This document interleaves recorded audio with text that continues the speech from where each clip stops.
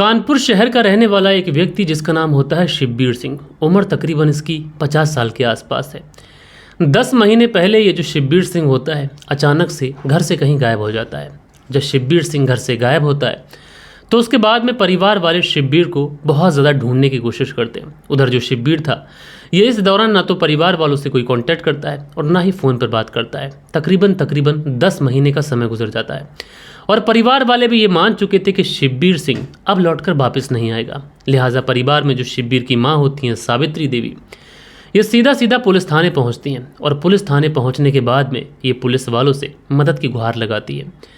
सारी बात सिलसिलेवार तरीके से जब पुलिस को बताती हैं तो पुलिस भी इस मामले को काफ़ी ज़्यादा गंभीरता से लेती है और जब इस पूरे मामले के अंदर छानबीन की जाती है तो पता ही चलता है कि शिवबीर सिंह जो 10 महीने पहले गायब हुआ था, दरअसल उसकी हत्या तो 10 महीने पहले ही कर दी गई है। और जो कातिल होते हैं उन कातिलों को जब पुलिस पकड़कर पुलिस थाने लेके आती है और उनके चेहरों को जब बेनकाब करती है तो उनके चेहरे जब लोगों के सामने निकल कर आते हैं तो दोस्तों ऐसा कोई भी व्यक्ति नहीं था जो उनके चेहरों को देखकर हैरान ना हो जाता हो। दरअसल ये चेहरे इस कत्ल के पीछे थे। तो ये पूरी कहानी सिलसिलेवार तरीके से दोस्तों मैं आप लोग को सुनाऊंगा। वाकई दोस्तों ये कहानी आप लोग को हैरान और परेशान कर सकती है। रात के 10 बज चुके हैं। मैं हूं आप सभी का अपना शावेज मलिक और हाजिर हूं आप लोग के सामने फिर से एक क्राइम की कहानी को लेके, एक क्राइम की घटना को लेके। दरअसल दोस्तों बात करें अगर आज की इस कहानी की तो आज की इस कहानी की शुरुआत होती है कानपुर से और इसी कानपुर के अंतर्गत एक थाना लगता है सचेंडी थाना। और ये जो सचेंडी थाना है इसी सचेंडी थानों के अंतर्गत एक गांव आता है लालूपुर गांव और इसी लालूपुर गांव के अंदर एक परिवार रहा करता है। इस परिवार में अगर देखा जाए तो जो परिवार की मुखिया हैं इनका नाम है शिवबीर सिंह। उम्र तकरीबन इनकी 50 वर्ष के आसपास है। शिवबीर की एक पत्नी है जिसका नाम पूजा है। इसकी उम्र तकरीबन 45 साल के आसपास है और शिवबीर के टोटल 3 बच्चे हैं। इसमें 2 बेटे और 1 बेटी है। शिवबीर के जो पिता है उनकी बहुत पहले ही डेथ हो चुकी है। लिहाजा जो शिवबीर की माँ है सावित्री देवी ये शिवबीर के ही साथ रहा करती थी। लेकिन इसी 19 अगस्त साल 2025 को जो शिवबीर की माँ सावित्री देवी होती हैं ये रोते हुए बिलखते हुए सीधा सचेंडी थाना पहुंचती हैं और पुलिस वाले जब इनको रोते हुए देखते हैं, बिलखते हुए देखते हैं तो इनको बहुत ज़्यादा समझाने की कोशिश करते हैं, ढांढस बताते हैं, इनको बहुत ज़्यादा समझाते हैं और इनको आश्वासन देते हैं कि तुम्हारे साथ में जो भी कुछ हुआ है उसका इंसाफ किया जाएगा। लिहाजा उसके बाद में जो सावित्री देवी होते हैं ये रोते हुए पुलिस वालों के सामने कहती हैं कि उसका बेटा 10 महीने से लापता है और अभी तक वो मिला नहीं है। लिहाजा आप कुछ भी कर मेरे बेटे को ढूंढ दीजिए। अब पुलिस वाले जब सावित्री देवी की ये बात सुनते हैं तो उसके बाद में पुलिस वाले सावित्री देवी से कहते हैं कि तुम्हारा बेटा घर से कब और क्या कहकर निकला था। तो सावित्री देवी बताती है कि तकरीबन 10 महीने गुजर चुके हैं इस बात को और उसका बेटा जब घर से निकला था तो अपनी माँ से ये कहकर गया था कि माँ मैं गुजरात काम करने के लिए जा रहा हूँ। और उसके बाद से ना वो कभी लौट कर आया और ना एक बार भी उसने मुझसे कॉल पर कांटेक्ट करने की कोशिश की है। हालांकि पुलिस जब ये सारी बात सावित्री के मुंह से सुनती है कि उसका बेटा 10 महीने पहले से गया है और अभी तक उसने कोई भी कांटेक्ट नहीं किया है तो पुलिस वाले भी इस मामले को काफ़ी ज़्यादा गंभीरता से लेते हैं और उसके बाद में इस गुमशुदगी की रिपोर्ट को दर्ज करते हैं। रिपोर्ट को दर्ज करने के बाद में अब सबसे पहला सवाल पुलिस वालों के सामने ये था कि शिवबीर आखिर क्या करता था, कहाँ जाता था, किससे उसका उठना बैठना था। यानी शिवबीर के बारे में ज़्यादा जानकारी जुटाने के लिए पुलिस की एक टीम जो होती है वो इस शिवबीर के घर पे पहुंचती है। और जब पुलिस की ये टीम शिवबीर के घर पे पहुंचती है तो वहाँ पर सबसे पहले पुलिस की जो मुलाकात होती है ये शिवबीर की पत्नी लक्ष्मी के साथ में होती है। अब जब पुलिस की मुलाकात लक्ष्मी के साथ में होती है तो पुलिस वाले सोचते हैं कि क्यों ना पहले लक्ष्मी से ही पूछताछ कर ली जाए। उसके बाद में पुलिस वाले लक्ष्मी से पूछताछ करते हैं, पूछते हैं तुम्हारे पति घर से कब निकले थे और क्या कहकर गए थे। तो लक्ष्मी पुलिस को बताती है कि 1 नवंबर की बात है कि मैं अपने मायके गई हुई थी दीप जलाने के लिए और उसके बाद में 2 नवंबर साल 2024 को उसके जो पति होते हैं ये गुजरात काम करने के लिए चले जाते हैं। हालांकि इससे पहले भी मेरे जो पति थे तकरीबन 15 साल तक गुजरात में ही नौकरी कर रहे थे और उसके बाद में 2 नवंबर साल 2024 को ये फिर से गुजरात नौकरी करने के लिए चले जाते हैं।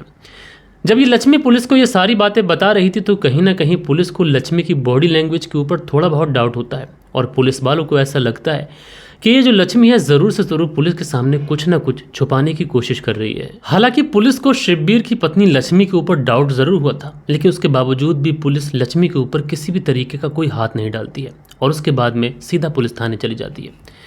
लेकिन पुलिस थाने जाने के बाद में भी पुलिस के जहन में सिर्फ और सिर्फ एक ही सवाल कौंध रहा था कि लक्ष्मी ज़रूर से ज़रूर पुलिस से कुछ छुपाने की कोशिश कर रही है। लिहाजा उसके बाद में पुलिस अपने मुखबिरों को इस गांव के अंदर एक्टिव करती है और जब पुलिस इस गांव के अंदर अपने मुखबिरों को एक्टिव करती है तो एक मुखबिर पुलिस को आके बताता है कि ये जो लक्ष्मी है, इसका जो व्यक्ति था, जो पति था इसका, शिवबीर सिंह, उसके ही भांजे अमित के साथ में नाजायज़ ताल्लुकात चल रहे हैं जब से अमित गायब हुआ है। लिहाजा पुलिस उस मुखबिर से ये भी पूछती है कि अमित के बारे में और उस लक्ष्मी के बारे में और डिटेल निकालो। तो यहाँ पर जो बताने वाला व्यक्ति होता है वो ये बताता है कि शिवबीर कहाँ गया इसके बारे में तो मुझे नहीं पता, लेकिन जब से शिवबीर घर से गायब हुआ है उस समय से ऐसा पता चला है कि शिवबीर का जो भांजा अमित है, जिसकी उम्र तकरीबन 25 साल के आसपास है, जो कि शिवबीर के घर के सामने ही रहता है, उसके साथ में शिवबीर के पत्नी के काफ़ी ज़्यादा घनिष्ठ संबंध हैं, यानी एक तरीके से अवैध संबंध हैं। अब लिहाजा उसके बाद में पुलिस क्या थी, 6 सितंबर साल 2025 को घर पहुंचती है और घर पहुंचने के बाद में शिवबीर का भांजा अमित कुमार और शिवबीर की पत्नी लक्ष्मी, इन दोनों को अरेस्ट कर लेती है। दरअसल इन दोनों को अरेस्ट करने के लिए जब पुलिस जाती है तो उससे पहले पुलिस ने लक्ष्मी की कॉल डिटेल्स निकाली थी और उस कॉल डिटेल्स में ये बहुत साफ साफ मेंशन था कि लक्ष्मी और अमित की पिछले 1 साल से लगातार बातचीत हो रही है और इसी शक के आधार पर पुलिस लक्ष्मी और अमित को गिरफ्तार भी करती है। अब लक्ष्मी और अमित को गिरफ्तार करने के बाद में जब इन दोनों को पुलिस थाने लेके आया जाता है और उसके बाद में जब इन दोनों के साथ में सख्ती से पूछताछ की जाती है तो थोड़ी ही देर पूछताछ करने के बाद में जो लक्ष्मी होती है ये पुलिस के सामने टूट जाती है और टूटने के बाद में कहती है कि उसके पति अब इस दुनिया में मौजूद नहीं है। अब जैसे ही लक्ष्मी पुलिस को ये बताती है कि उसके पति अब इस दुनिया में मौजूद नहीं है तो उसके बाद में पुलिस इस लक्ष्मी से सख्ती से पूछताछ करती है कि बताओ तुमने अपने पति के साथ में क्या किया। तो उसके बाद में लक्ष्मी बताती है कि इस पूरी कहानी की शुरुआत होती है 20 साल पहले से। दरअसल 20 साल पहले जो शिवबीर था ये काम करने के लिए गुजरात में जाता है और गुजरात में जब ये काम कर रहा होता है तो उसी समय इसकी मुलाकात लक्ष्मी से होती है। लक्ष्मी जो कि मूल रूप से बनारस के गाजीपुर की रहने वाली थी और गुजरात में ही रहकर कामकाज किया करती थी। अब शिवबीर और लक्ष्मी की जब वहाँ पर मुलाकात होती है, दोनों के बीच में प्रेम प्रसंग होता है और उसके बाद में ये दोनों शादी कर लेते हैं। शादी करने के बाद में ये दोनों एक दूसरे के साथ रहना शुरू करते हैं। उसके बाद में लक्ष्मी और शिवबीर को 2 बेटे और 1 बेटियां भी हो जाते हैं और तकरीबन शादी के बाद 15 साल का लंबा समय गुजर जाता है और 15 साल के बाद में शिवबीर जो होता है वो उसके बाद में गुजरात से अपनी पत्नी और अपने बच्चों को लेकर वापस से अपने गाँव आ जाता है। शिवबीर जो था मूलतः बांका का रहने वाला था, लेकिन ये सचेंडी थाना के लालूपुर गाँव पहुँचता है क्योंकि लालूपुर गाँव के अंदर उसका भांजा रहा करता था और भांजे ने ही अपने खेत में कुछ थोड़ी सी ज़मीन दे दी थी जहाँ पर शिवबीर ने अपनी झोपड़ी डाल ली थी और वहीं पर ये रहा करता था। अब लालूपुर गांव में आने के बाद में शिवबीर यहीं पर मेहनत मजदूरी शुरू कर देता है और तकरीबन 5 साल का लंबा समय गुजर जाता है और शिवबीर अपने परिवार के साथ में सहकुशल रह रहा था। लेकिन इसी बीच में शिवबीर का जो भांजा अमित कुमार था वो अक्सर शिवबीर के घर आया करता था क्योंकि उसने शिवबीर को ज़मीन भी दे रखी थी और वैसे भी मदद करता था। तो इसलिए शिवबीर को भी कोई ऐतराज़ नहीं था कि उसके भांजा घर कब आता है और कब जाता है। लेकिन इसी बीच में जो अमित कुमार भांजा था उसका अपनी ही मामी लक्ष्मी के साथ में नाजायज़ ताल्लुकात बन जाते हैं। जब नाजायज़ ताल्लुकात बनते हैं तो उसके बाद में मिलना मिलाना शुरू होता है। दोनों एक दूसरे के साथ में इंटीमेट होते हैं और दोस्तों दोनों एक दूसरे के साथ में कुछ इस कदर इंटीमेट होते हैं कि अब इन दोनों को एक दूसरे की आदत लग चुकी थी। धीरे धीरे ये जो अवैध संबंधों का सिलसिला जब एक बार शुरू होता है तो फिर उसके बाद कभी रुकने का नाम नहीं लेता। लेकिन दोस्तों आखिरकार जो बड़े बूढ़ों की कहावत है वो कहावत एक बार फिर सच साबित होती है कि इश्क और मुश्क ये चीज़ें ऐसी होती हैं, इसको छुपाया जा नहीं सकता। और आखिरकार जो शिवबीर था उसे अपनी पत्नी लक्ष्मी और अपने भांजे अमित कुमार के बारे में पता चल जाता है। जब उसको पता चलता है तो वो पूरी तरीके से टूट जाता है और उसके बाद में जो शिवबीर होता है इसे शराब पीने की आदत लग जाती है, यानी वो अपने गम को हल्का करने के लिए शराब पिया करता था और जब भी शराब पीकर वो अपने घर आया करता था तो उसके बाद में अपनी पत्नी लक्ष्मी की बड़ी ही बेरहमी के साथ में पिटाई कर दिया करता था। जब शिवबीर अपनी पत्नी की लगातार पिटाई करता है तो इस पिटाई से कहीं ना कहीं जो लक्ष्मी थी ये बहुत ज़्यादा परेशान हो चुकी थी और उसको लगता था कि उसका पति अब उसको हमेशा ऐसे ही टॉर्चर करेगा। इसलिए जो लक्ष्मी थी ये अपने भांजे अमित कुमार से कांटेक्ट करती है और कांटेक्ट करने के बाद में कहती है कि अब वक्त आ गया है कि तुम अपने मामा को हमेशा हमेशा के लिए इस दुनिया से रुखसत कर दो। अमित भी जब ये बात अपनी मामी की सुनता है तुरंत इस कत्ल को करने के लिए तैयार हो जाता है और उसके बाद में ये दोनों कत्ल की प्लानिंग करते हैं और उसके बाद इन्हें मौका मिलता है कि 1 नवंबर साल 2024 को जो इस शिवबीर की माँ थी वो अपने पैतृक गांव बांका गई हुई थी दीप जलाने के लिए और उसी समय से मौका मिलता है। रात के समय जब शिवबीर शराब पीकर आता है तो कुछ खाता नहीं, उसके बाद सीधा सोने के लिए चला जाता है और उसी समय जो लक्ष्मी थी सीधा अमित को बुलाती है और उसके बाद में अमित घर में आता है। घर में आने के बाद में एक सरिया इसके हाथ में होता है और उस सरिया से कम 3-4 बार ये अमित जो है वो अपने मामा शिवबीर के ऊपर हमला करता है, जिसकी वजह से जो शिवबीर था ज़ख्मी हालत में वहाँ पर तड़पने लगता है। इसी बीच में उस सरिया को अमित कुमार से लक्ष्मी अपने हाथ में लेती है और उसके बाद में अपने पति के ऊपर एक नहीं बल्कि कई बार उस सरिया से प्रहार करती है। जब इन दोनों को ये लग जाता है कि वाकई में अब शिब्बीर की मौत हो चुकी है, लेकिन इसी बीच में इन दोनों को रियलाइज़ होता है कि कोई हमें देख रहा है।